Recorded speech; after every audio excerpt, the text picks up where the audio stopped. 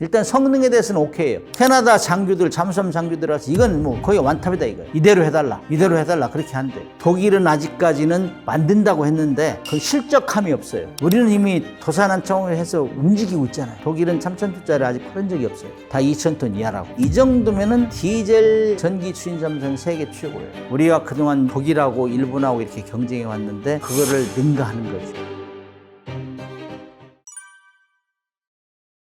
디젤 잠수함하고 핵추진 잠수함은 근본적으로 태생적 한계가 있어요. 그래서 특히 이제 북한이 왜 그 돈도 없는데 자꾸 핵추진 잠수함 만들려고 하냐. 그것이 은밀성을 더 키우고 그래서 태평양으로 나가기 위한 하나의 방안이라고. 그래서 우리가 이제 북한의 핵추진 잠수함에 핵무기를 실는 걸 억제하기 위해서 우리가 갖겠다고 하는데 그렇게 하려면은 핵추진 잠수함 만들면 첫째 잠수함을 만들 수 있는 능력이 있느냐 없느냐. 두 번째는 거기에 원자로를 컴팩트하게 만들어서 집어내서 아주 안전하게 할 수 있느냐. 두 가지가 키인데 우리는 다 능력이 있어요. 특히 이번에 만든 장영실함 같은 경우는 디젤 잠수함 중에서는 탑 클래스라고. 자, 도산 안창호급 세척을 만들어내고 장영실함급 세척을 또 만들어내요. 그 둘 중에 가장 큰 차이는 도산 안창호급은 수직 발사랑 6개, 장영실함 클래스는 10개 있어요. 그 다음에 도산 안창호함은 옛날에 2차 대전부터 쭉 쓰던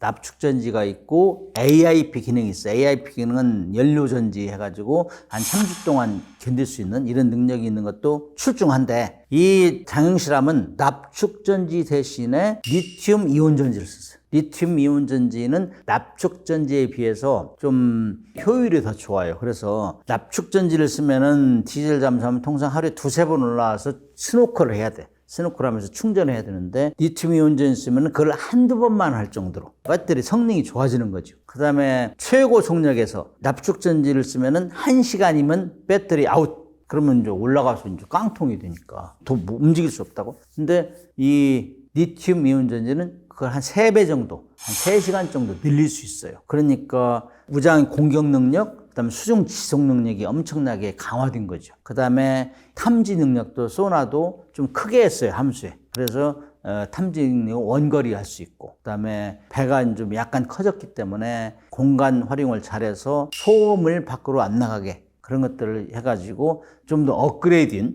이 정도면은 디젤 전기 추진 잠수함 세계 최고예요. 우리가 그동안 독일하고 일본하고 이렇게 경쟁해 왔는데 그거를 능가하는 거죠. 독일에는 수직 발사관이 없어요. 근데 우리는 가지고 있다고. 그래서 우리 장영실함은 어뢰, 기뢰, 그 다음에 대함 유도탄 발사, 잠대, 지상까지 공격할 수 있으니까 공격 능력의 gem청이 항상 됐고, 그 다음에 수중 지속 능력이 핵추진 잠수함에는 못 당하지만은 그래도 디젤 잠수함 중에서는 정말 3주까지 견딜 수 있고 고속에서도 3시간 정도, 전속에서 3시간 정도 견딜 수 있다. 이런 차원이면 그야말로 세계에 자랑할 수 있는 성능이죠. 그래서 이제 선진국에서 이제 캐나다나 이런 데서 살려고 이제 각국에서 관심이 많은데 이런 잠수함이라면은 만들 능력은 있으면은 핵추진 잠수함 만드는데 전혀 지장이 없다. 원자로만 잘 만들면 핵 연료만 있으면 문제 없다. 이렇게 얘기할 수 있죠. 잠수함, 디젤 잠수함 건조 기술은 그동안 독일이 완탑했어요. 베스트셀러. 그 다음에 프랑스가 2등 했는데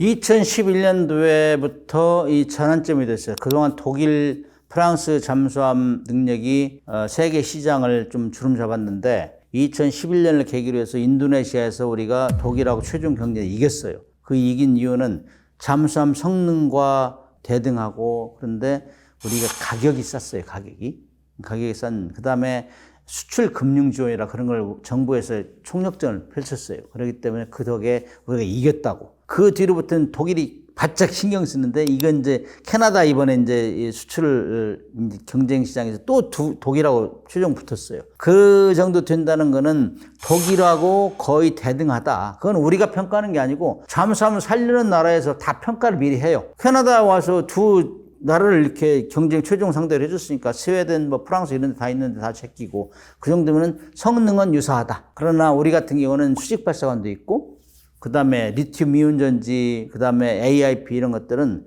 독일하고 비슷해요. 근데 우리가 성능이 더 뛰어나고 있다. 우리는 독일은 아직까지는 만든다고 했는데 그 실적함이 없어요. 우리는 이미 도산한창을 해서 움직이고 있잖아요. 도산은 3,000톤짜리가. 독일은 3,000톤짜리 아직 팔은 적이 없어요. 다 2,000톤 이하라고. 그래서 우리가 그러면은, 좀, 유리한 점이 있죠. 그래서 디젤 잠수함 중에는 독일하고 우리가 끝까지 지금까지 경쟁을 해왔는데 2011년도에 한번 이기고 이번에 이제 캐나다가 리턴 매치다. 그런 점에서 보면 우리 성능은 뛰어나다 이렇게 얘기할 수 있죠. 잠수함의 성능은 대등 또는 약간 우리가 우위예요. 그런데 이제 국제적인 관계, 날아가는 관계가 지금 굉장히 첨예하게 대립되고 있는데 우리가 폴란드에 무기 수출을 많이 했잖아요. 그러니까 나토 국가에서 왜 우리가 한국 무기를 이렇게 가져와야 되느냐. 뭐 잘 나가는 독일, 프랑스, 영국 뭐 다 있잖아요. 근데 이것 좀 막아야 되겠다. 그래서 방위기금, 유럽 내 방위기금에 1,500억 유로를 만들어가지고 우리가 금융 지원해 줄 테니까 외국 뭐 한국 이런 데서 못 오게 해. 이렇게 자체 방어를 하고 있어요. EU끼리 똘똘 뭉치고 있어요. 2011년도에 이제 제가 독일에 있었어요. 2011년도에 인도네시아의 잠수함 둘이 독일하고 경쟁할 때 우리가 이겼잖아요. 깜짝 놀랐어요. EU에서. 그래서 EU에서 조사도 했다고. 야, 너 왜 졌어? 이렇게. 근데 이번이 이제 그런 것 때문에 지금 EU에서는 대동단계를 하고 있다고. 우리끼리 하자. 이런 분위기를 무시할 수 없어요. 그래서 우리는, EU는 EU대로고 태평양 국가 아니냐. 캐나다는 우리 태평양에서도 우리 협력을 하자. 뭐 이런 식으로 이제 분위기를 만들어 가면서 캐나다는 60조라는 거는 뭐 큰 프로젝트예요. 그중에 20조는 백갑이고 나머지 40조는 계속 MR로 후속 군수제 이런 것들이에요. 부대 시설하는 거. 이런 것도 우리가 다 해줄게. 그렇게 함에도 불구하고 캐나다에서는 엄청나게 그 대가 60조에 상당한 걸 뭘 만들어 달라, 이거 해달라, 저거 해달라 많아요. 그렇게 하면은 기업은 잠수함의 성능과 납기와 가격을 결정하는데 나머지는 절충교육이라고 60조에 달하는 반대급부. 이거를 우리가 정부에서 또 도와줘야 돼요. 교육훈련도 시켜줘야 되고 부대 시설도 만들어주고 이런 것들을 해야 되기 때문에 총력전이 아니면 이길 수가 없어요. 총력전도 엄청나요. 그래서 이번에 이제 캐나다 총리 장영실함에 보여주고 했는데 일단 성능에 대해서는 오케이예요. 캐나다 장교들, 잠수함 장교들한테 이건 뭐 거의 완탑이다 이거예요. 이대로 해달라. 그렇게 한대요. 그러나 그 정치권들은 EU에서 자꾸 얘기하니까 또 그쪽 듣잖아. 정치권들은. 그래서 그게 지금 약간의 충돌이 있다고 그래요. 해군들은 한국 해군이 제일 좋다.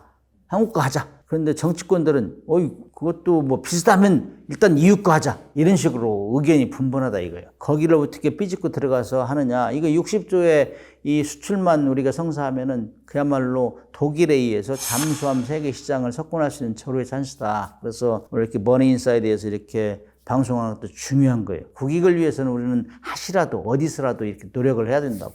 그게 효과적으로 작용이 됐으면 좋겠다는 생각을 합니다. 장영실함이 실전 배치되면은 일단 핵추진 잠수함을 만들기 전까지 교두부 역할, 브릿지 역할을 할 수 있죠. 핵추진 잠수함이 아니면 실질적으로 예를 들어가지고 뭐 실제 작전은 얘기할 수 없지만은 평상시에 뭐 마양도 가서 정부 수집해와라 하면 그래도 상당히 긴장을 해요. 근데 왜냐? 발각되면 도망와야 되는데 그렇지 못하잖아요. 그래서 AIP라는 기능이 있기 때문에 공기 브릿지 추진 장치가 있기 때문에 한 3주까지 견딜 수 있다 이제. 그거는 브릿지 역할을 할 수 있어요. 그런 면에서는 아주 이제 유용하게. 그다음에 한미 연합 잠수함 대 잠수함 작전할 때 그래도 체면은 쓰죠. 3주 정도 견딜 수 있으니까. 그런데 핵잠수함은 뭐 대등하게 작전할 수 있는 이런 면에서는 작전 능력이 훨씬 신장되는 것이고, 그다음에 이제 장영실함 같은 경우는 수중에서도 고속을 낼 수 있고 탐지 능력도 훨씬 개선되니까, 거기다가 이제 수직 발사관도 10개로 늘어나니까 일단 공격 능력이 출중하면 상대에게 위협을 주는 거죠. 그런 차원에서는 핵추진 잠수함으로 가기 전에 브릿지 역할을 잘 할 수 있다 이렇게 봐요.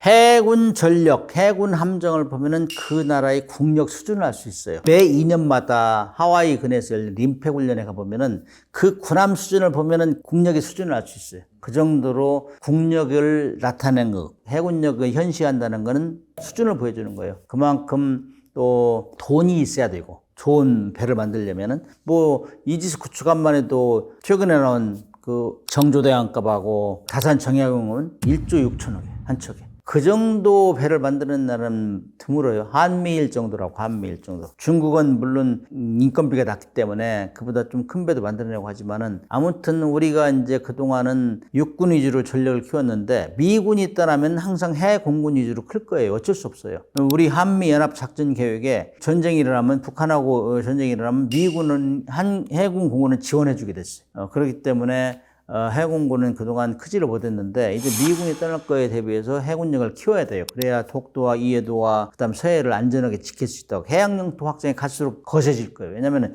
육지에 있는 조안이 고갈됨에 따라서 그래서 중국이 계속 남사군도 장악하려고 하는 거, 서해 구조물 설치하는 거, 이해도 와서 계속 탐색하는 거, 이런 것들은 다 그런 목적이라고. 그래서 우리가 북한 해군은 이미 압도했어요. 우리가 뭐 전력 수준에 보면 세계 해군도 한 5, 6, 7, 8위 이 정도에 있다고 얘기해요. 그래서 해군력은 우리 뭐 P3, P8 이런 수준은 아주 상층이고, 그다음에 수상함도 이지스 구축함이 이제 6척도 있고, 잠수함도 지금 21척이기 때문에 이 정도면 세계 5, 6, 7을 바라는데 전혀 문제가 없어요. 해군력은 이제 바다에서 오는 적을 바다에 막아야 되기 때문에 중국하고 일본하고 겨냥해서 키워야 돼요. 그동안 북한을 겨냥해서 키웠는데 북한은 우리보다 함정수는 훨씬 많아요. 그러나 조물액이지. 돈도 없고 그냥 숫자가 많은데 우리는 성능으로 압도한, 먼저 쏘고 우리는 못 쏘게 할 수 있는 능력이 있어요. 북한은 압도하는데 대중국, 대일본을 겨냥해서 해군력을 키워야 된다. 그렇게 하려면은 이제 숫자만 늘리는 게 아니라 성능으로 이렇게. 그래서 핵추진 잠수함도 만들고 그러면은 감히 바다에서 중국이나 일본이 항공모함을 몰고 와도 상당히 우리를 두려워하는 이런 형상으로 갈 수 있어요. 그렇기 때문에 해군력은 북한은 이미 압도하기 때문에 주변국을 겨냥해서 전력 건설을 해야 된다, 이런 생각을 합니다. 이제는 대표 선수를 하나씩 할 필요가 있어요. 이 무기는 한국이 최고야. 그런 것들 중에 하나가 이제 육군의 K2 전차, K9 저주포, 그다음 현무 미사일 시리즈가 지금 막 부상하고 있잖아요. 한미 미사일 제침을 2021년에 해제했기 때문에 그런 능력이 이제 키워진다고. 그래서 그거 보면은 야, 한국에는 미사일 능력도 대단해. 이런 걸 보여줘야 돼. 주변국에 보여줘야 돼. 이런 능력이 있으면 건들지 말라 하는 거를. 그 다음에 해군 같은 경우는 뭐 잠수함, 일단 뭐 장보고급 잠수함, 장보고 3, 그 다음에 뭐 도산한 창호 플러스에서 이제 장영실함, 이런 것들을 보여줘야 되고, 그 다음에 이지스 구축함 있잖아요. 그런 것들은 뭐 돈 없는 나라 만들 수 없는 무기예요. 보여줘야 되고, 공군 같은 경우는 KF-21, 그 다음에 F-35는 미국 거지만은 FA-50, 그 다음에 공군이 특별히 강조해야 될 거는 위성, 정찰 위성. 그래서 우리가 미국이 떠나면 제일 걱정했던 것이 우리는 눈이 없다. 전쟁은 눈이 있어야 쏠 거 아니냐 그랬는데 지금 올해 말까지 이제 인공위성도 5개 올라가잖아요. 정찰위성이. 그렇기 때문에 공군은 그런 거 먼저 보고 먼저 쓸 수 있는 여건을 마련해 줘야 돼요. 그래서 KF-21, 그다음에 정찰기, 위성 이런 거를 해야 되고, 그래서 각 분에서 정말 자랑할 수 있는 이런 무기체계, 그거를 집중적으로 선택을 하고 집중을 해야 된다. 이런 생각을 합니다.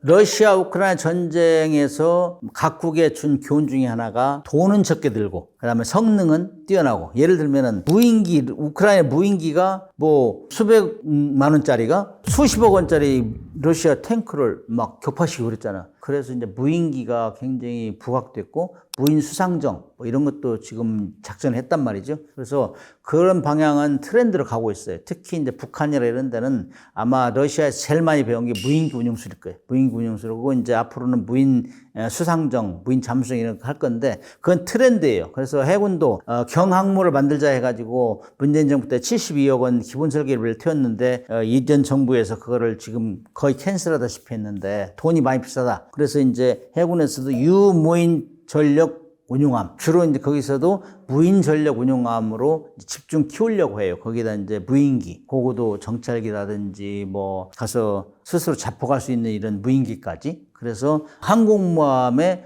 유인 전투기는 태우지 않아도 그런 유인 전투기에 버응할 수 있는 그 무인기를 키우자. 이래가지고 지금 추진하고 있어요. 그렇게 되면은 그것도 잘 만들어야 돼. 우리 한국이 만들면 배 잘 만들으니까 그것도 잘 만들면은 돈 없는 국가에는 파는 데는 이게 가장 각광 받을 수 있어요. 그래서 유무인 전력함, 그다음에 그거를 공이 지휘할 수 있는 능력이 있어야 돼. 유인하고 무인하고 이렇게 잘 지휘가 안 돼. 무인끼리 또 이렇게 지휘가 안 되고 그렇기 때문에 그런 거 어떻게 효과적으로 지휘할 수 있는가 그 전장을 지휘할 수 있는 시스템을 만들어내고 거기에 이제 우리가 AI 기능을 많이 집어넣잖아요. 그래서 AI 플러스 유무인 복합 전력을 어떻게 운영할 것인가. 저 군대 생활할 때하고는 판이하게 달라요. 지금 군대 생활하면 못하겠어요. 이제 복잡하고 공부도 많이 해야 되고. 그래서 아무튼 우리는 전장 환경이 한반도 전장 환경에 맞게 첫째 북한을 억제해야 되고 두 번째는 대추명을 억제해야 되는데 이미 북한은 육해공이 거의 압도해요. 다만 핵무기만 미국에 의존하고 핵무기는 미국에서 핵 확장 억제 해주겠다 했으니까 핵무기는 아니다. 그러나 핵무기 차선책이 뭐냐?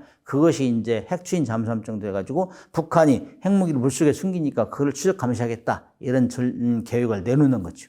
그래서 이제 우리가 전쟁을 하면서도 무기가 다 갖춰졌으면은 좋죠. 상대하고 1대1로. 그러나 그거는 경제력에 따라서 돈이 적은 나라는 비대칭 무기를 갖나 비대칭 무기. 그래서 북한이 우리한테 막강한 한미 동맹에 대응하기 위해서 만든 게 핵미사일 잠수함. 그게 비대칭 무기에 성공한 거예요. 근데 북한은 우리가 그렇게 해도 핵만 빼놓고 우리가 압도해요. 그러면 이제 장차 일본이나 중국이 미국이 떠나면 우리를 괴롭힐 가능성이 많다 이거죠. 거기에 대비해서는 어떻게 할 거냐. 이렇게 되면은 핵무기는 우리가 정책적으로 안 만든다 해도 만들 수 있는 능력을 확보. 그게 잠재 역량이에요. 그래서 이제 우리가 우라늄 농축 시설하고 제철시설을 받아야 된다. 우리는 만들 수 있는데 뭐다 안 하는 거하고 전혀 못하는 건 천지 차이죠. 그래서 잠재 역량을 확보하기 위해서 한미 원자력협정 개정에서 잠재 역량을 확보해야 된다. 우라늄 농축 및 제철시설은 반드시 가져야 된다. 그렇게 하면은 지금 육해공군의 아주 출중한 무기, 그 다음에 잠재 역량, 이 정도 갖춰놓으면은